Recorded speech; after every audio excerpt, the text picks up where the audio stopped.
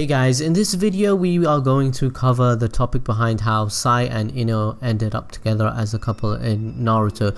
This couple go by the name of Salino, which was a nice ring to it, actually better than some other couples. The fandom has done this with several of the other couples. For example, we covered Shikamaru and Tamari, also known as Shikatima. Then there's Naruto and Hinata with Naruhina, and also Sasuke and Sakura with Sasusaku. And to be honest, I really don't believe that this couple in particular hasn't got the attention they deserve, and maybe because it wasn't developed and everyone is wondering this shit makes no goddamn sense, and how did an awkward and rude guy like Sai end up with Ino exactly? How the hell does that make sense? I mean, everyone hated Sai when he was first introduced, but of course this is an anime and we got more backstory towards his character and things developed from there. But Ino and Sai still seem kinda weird. How did that exactly happen? Well, towards the end of Naruto Shippuden in the filler arc based upon Shikamaru, we only get a brief idea of the relationship between the two of them. So to enlighten you guys on their relationship, we'll be going balls deep as usual on how they both ended up together, so let's get straight into it. So as you guys know, Sai was first introduced into Naruto Shippuden as a substitute member of Team 7. This of course caused it to backfire with his very blunt personality clashing along with Naruto's. I know for sure when Sai was first introduced within the series, it really pissed me off, and a lot of the fan base and a large portion of us actually hated the guy. And that was because he was nothing like Sasuke, and a new character and sensei for Team 7 which we didn't really care about at the time too. I mean, no one can really replace Sasuke. He means too much to the story, and Sai seemed really boring to us. When Sai first appeared, he was very socially awkward. That put viewers into an assumption that he's just a bit too weird for us. Some thought that he could be gay since he claimed Naruto's dick was smaller than his in the hot springs and he was looking at it. And then as a guy, everyone knows there are unwritten rules of etiquettes in places like this. Think about urinals, for example, guys. You just don't look at other people's knee. You just don't do that. And to be fair with you guys, Sai is a very hard character to read. He's always carrying some dead expression. This was always probably of course through his experience in the Anbu, and he is a product of his environment. He became like this because of Danzo, if you guys can remember.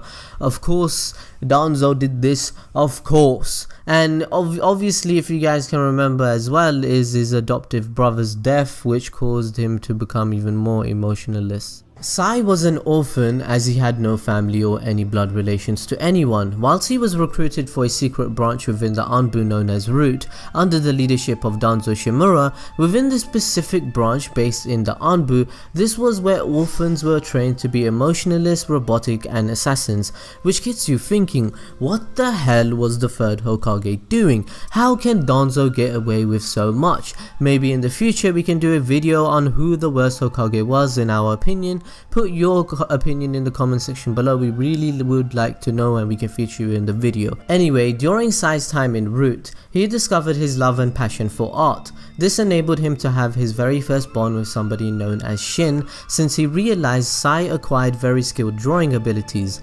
This allowed the two to have a very strong bond and become closer over time, having a similar relationship to Itachi and Sasuke, for example. Unfortunately for Sai, Shin was slowly dying of an incurable illness, and then eventually Danzo making them battle against each other during the Root training, and this wasn't even a ordinary battle. This was a last man standing sort of fight. It was to the death, which they both agreed to eventually, that they would kill each other if one day it comes to that. Due to Shin's brotherly love and affection for Sai, he had to set it up, and he told Sai to report to Danzo that he had won the battle, as Shin would kill himself in the woods because of his illness growing even worse, so there was no point of them fighting. Shin's very last words to Sai were to live for the both of us. I know, right? It's kinda similar to what Zack Fair said to Cloud Strife at the end of Crisis Core, if you guys have ever played that game, which is amazing. I love that game, bros. It brought me to tears. I loved it too much. You guys don't understand.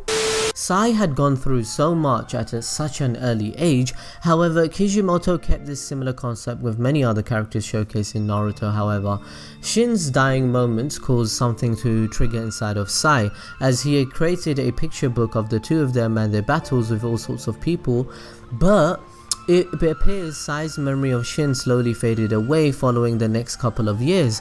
However, Sai still had kept the picture book and did not discard it at all because it had a much bigger meaning to him that he didn't understand and wanted to reveal. Throughout Naruto Shippuden, we discover more about Sai eventually freeing himself of his lost memories and wanting to create a latest version of himself that has emotions rather than the robotic version of himself created by Donzo, and he basically wanted to be a human being again. Now that we have more of an understanding behind the bland backstory of Sai, the first interaction of Ino and Sai had come during the Akatsuki suppression mission. We all obviously already know that Ino has always had a huge crush on Sasuke. Well, literally all the girls in Naruto had a crush on him. Even I would know why a girl would like a guy like that. Hell, if I was a girl, I would want a Sasuke. Sai had very similar characteristics to Sasuke, as though Team 7 were getting an actual replacement of Sasuke's clone. Kishimoto, in interviews for example with Kobayashi in the Naruto The Lost Movie interview, it's admitted that this was kinda done on purpose. It's to replicate it and try and make Sai a super popular character, but it completely flopped, and they acknowledge that fact. The way Sai has acted, including the emotionless features, made up for that fact. Gaining everyone's attention just wasn't happening, and everyone hated the guy. He is also a very genuine character and always being straightforward and honest. However, being straightforward and honest allowed him to gain the attention of Ino, as she whispered in Sakura's ear. I'd go as so far as to say that he'd give Sasuke a run for his money, which clearly shows the direction the creators of the show were trying to push forward, and I guess it ties their relationship more than I guess. The very first conversation came when Team 10 and Team 7 had gone out for dinner. The fact that Ino even back then already gave us a hint that she would attempt some of the subtle flirting with Sai. The only experience Sai had with a girl was when he first met Sakura, calling her ugly, which a lot of you might agree with because you hate that bitch. Anyway, sorry my language. Anyway, Sai had faced the consequence of Sakura's wrath after he said that, like any guy would when he would say something like that to a girl in real life. That's just mean, right? But keeping this idea in mind, whilst befriending Ino and Choji, he concluded that women, specifically Sakura, didn't like to hear how they really looked, so he came at her with an opposite approach, thus causing him to call Ino gorgeous. Ino was gassed up. She got gassed, mate. You could throw a match at her and she would explode. And she obviously got shy and she was blushing. But in fact, Sai really wasn't trying to impress her, and he was really trying to implement that, you know, she looked ugly instead, but he said gorgeous. So the same as he did with Sakura. Anyways, Sai started to learn that he should say nice things to girls and people in general to avoid conflict and be perceived in a certain manner. Their first impression of each other was very flirtatious, with Sai being clueless and Ino of course using her tendencies to bring his attention towards her. Not many people would have thought that Sai and Ino would have ended up together, mainly because of Sai not having any clue behind what love is and how love affection actually works.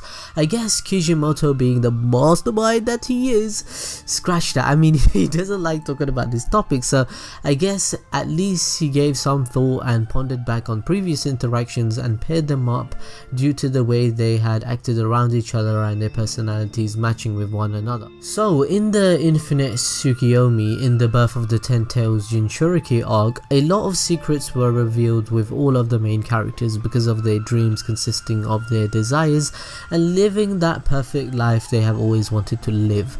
Within Ino's dream during her being held captive in the Infinite Tsukiyomi, she had dreamed of Sasuke and Sai fighting over her whilst her father Inojin Yamanaka cheered her on. This hilarious scenario in her dream incites her desire to be with either Sai or Sasuke in the future, and of course Sasuke is not a suitable match for her, and eventually in the Naruto series she ends up with Sai. So pretty much that gave some hints to us of which two guys she liked. Even in Shikamaru's filler arc towards the end of Naruto Shippuden, a cloud different in silent darkness, not only was Shikamaru and Temari's love was showcased, but they had managed to fit in a bit of Sai and Ino type shit in the episode. So in the anime, it's revealed a brainwashed Sai being saved by Ino through her mind-body transmission technique. Through this, she infiltrates his mind and sees a crying Sai all alone, then hugging him and wishing for him to come back to normal. The aftermath of this allowed Sai to take control of his own body again, and through gratitude he offers Ino on a date. This was only a short part of their relationship being revealed towards the end of this filler arc, which was quite a letdown, to be honest, and to a lot of the fan base, because in the opening it hints at Sai and Ino, making me think that they would create a separate filler based upon the two, but that hasn't happened. However, in Naruto and Hinata's wedding, they both finally show off their love for each other by holding each other's hands, and then everyone gets the gist that they're together now. And it was kind of weird how it was shown in the anime, because at the end of the day Sakura was still left all alone, and Sasuke is a straight up savage up in this bitch. He left that baby mama at home. So how is their married life? With Boruto being introduced, we are revealed to a whole new generation of characters within the series, all the descendants of their predecessors. Boruto's next generation shows us quite a lot, such as the relations between the couples signified at the end of Naruto the last movie. It shows all the couples standing next to each other during the credits. So in Boruto, it explores these couples and their offsprings. Sai and Ino of course produce Inojin Yamanaka. His characteristics consist of the outlook of Ino with the blonde hair and similar eyes, moreover carrying the same personality as his father Sai and the same attire, so it's pretty much both of them jammed into one. Ever since Sai and Ino got married, Sai had joined the Yamanaka clan by taking upon the second name due to him not even having one or understanding where he had originated from, so the Yamanaka clan runs very strong through their family moving on. During the Boruto series, we get to know what kind of persona Inojin has taken on, with a ruthless ass savage side to him, whilst also acquiring the sense of friendship through his father. Sai values friendship a lot ever since he was enlightened on this topic through Naruto and other people teaching him these ways, as well as Inojin following the same values in which he couldn't learn in the past until he loved someone. Inojin's abilities ranges with learning techniques from Sai and Ino, as they both have very powerful ninjutsu in their lockers. I mean, these guys have a lot of things that they can pass on. Inojin can replicate what Sai does, and that is to bring his drawings to life. However, with Inojin, he includes color sort of type thing, and Ino brings people back to life with her medical ninjutsu. That's what she's doing in their married life.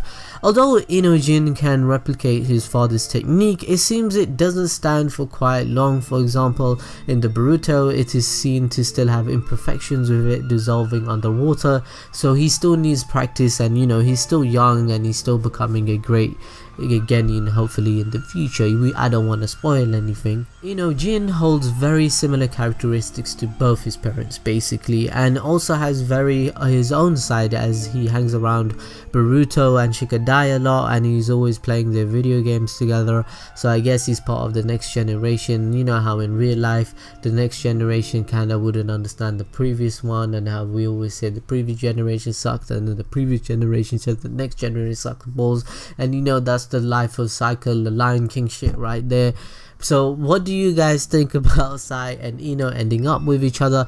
Let me know your opinion in the comment section below. You guys reckon Ino should have ended up with Shikamaru or Sasuke, or Sai even ending up gay, as people thought Sai was gay and Naruto and Sasuke are gay?